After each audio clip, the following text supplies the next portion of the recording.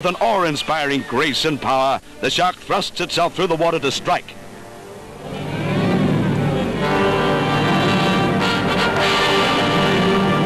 Just watch this and pray that it is the closest you'll ever come to a shark.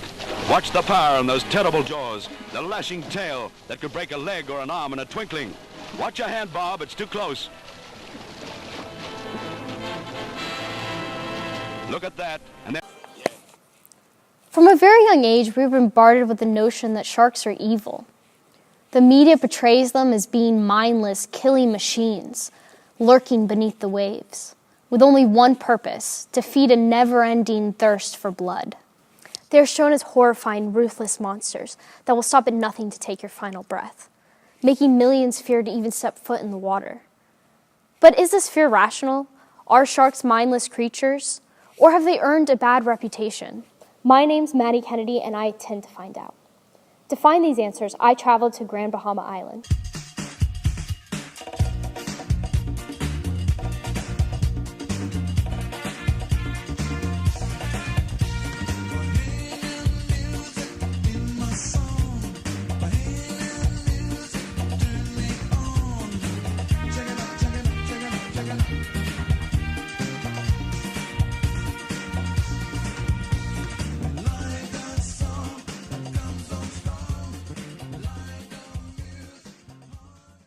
Grand Bahama is one of 700 islands that make up the Bahamas.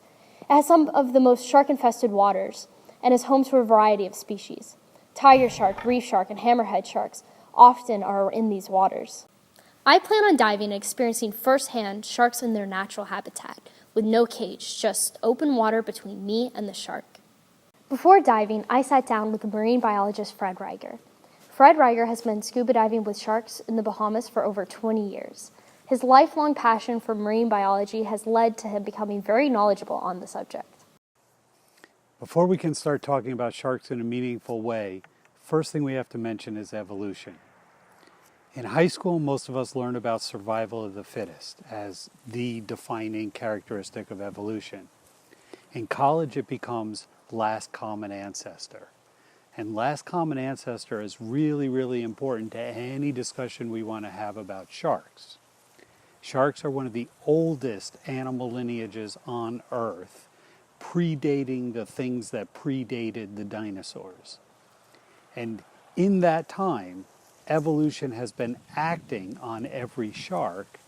And when we talk about last common ancestor, the last common ancestor of some different species of sharks may go back to show them less related than we as humans are to crocodile. So, in talking about sharks, there are a few things we can say about sharks. They all live in water. They don't have hard bones. And then it gets hard to start talking about sharks and not have exceptions to these rules. Their behavior is rather simple. And while there may be differences between one shark and another in how they respond to things, their responses seem to be a set of if-then instructions. And one shark may turn left, one shark may turn right as its preferred way, but they all come so close and then turn.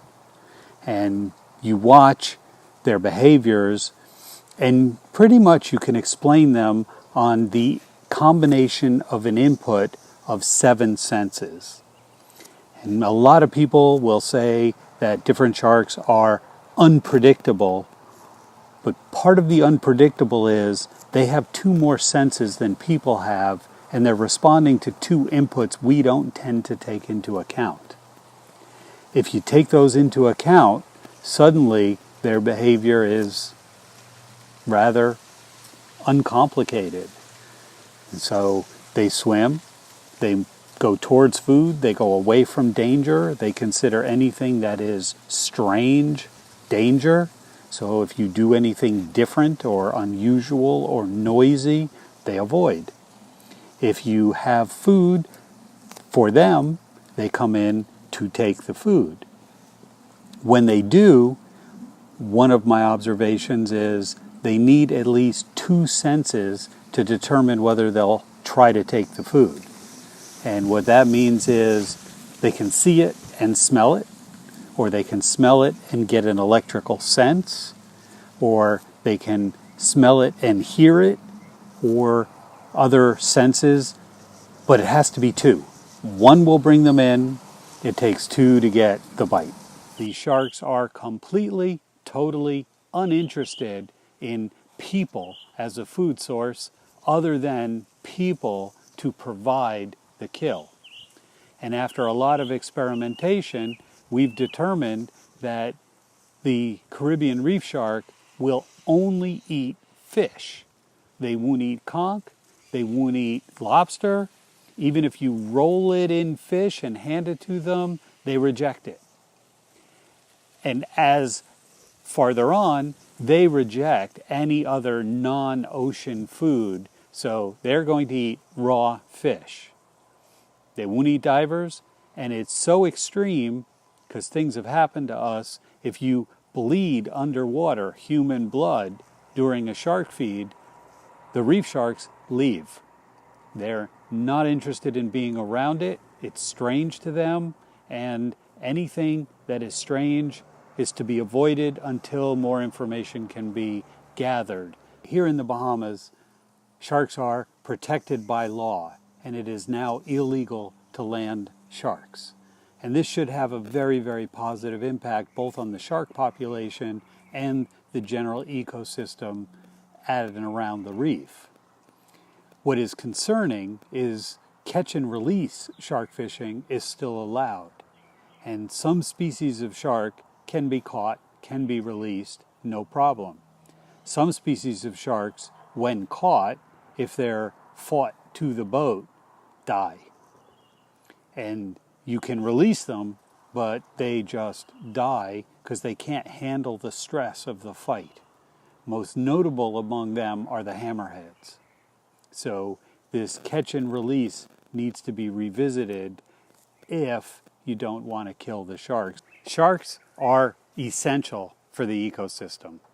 And being essential, they sort of need to be around, and they're very, very heavily hunted by humans. And conservationists have been trying to get protection for the sharks for decades. And one of the big problems is the movie industry uses sharks when they have a set in real time, no magic, and they need a monster. They pick sharks. And they've created this aura of sharks as eating, killing, all kinds of dangerous, and they're just machines, automatons that keep doing this. And the reality is, no, they're not like that. And by perceiving them that way, it gets very, very difficult to get people to care about them enough to conserve them. To get a better understanding of the full picture, I contacted other marine biologists to hear their take. I traveled across the island to sit down with legendary scuba diver Ben Rose. Ben Rose revolutionized shark feeding on Grand Bahama Island in the early 90s. His work with sharks is extensive. He is well known for being the first person in recorded history to put a shark in a catatonic state. A group of us went spearfishing close to where the lighthouse is located. There was a beach, and there was an old wreck there, and a big boiler from whatever ship had sunk out there. And there was a rock offshore about 100 yards, I guess. Anyway, we did a lot of spearfishing in that area. It was kind of shallow, and it was really nice. But occasionally we would see sharks. Anyway, on this particular afternoon, I'm with a group in the water, and I speared the first fish. I can't remember what it was. I think it was a parrotfish of some sort. And I turned to the group and I said, I'm taking my fish back to the beach. And I started swimming off and left them. And I hadn't swum more than a few hundred feet from them when something touched me on my shin. I looked down and there was a shark about my size. And I looked down and the first thing went through my head was, you can't have my fish. And I lifted the fish out of the water. And as I did that, the shark came out of the water, trying to bite the fish. And as he came over, he hit me in the side of the head like that. And it left 6 teeth marks. Because it happened so fast that I didn't even realize I'd been hurt. I think it probably changed my views at that point on sharks, and I was upset a little bit, probably because one had bitten me, and I guess in most situations like that you tend to take it out on the shark, and it wasn't the shark's fault. Since then, of course, my whole idea of sharks has completely changed.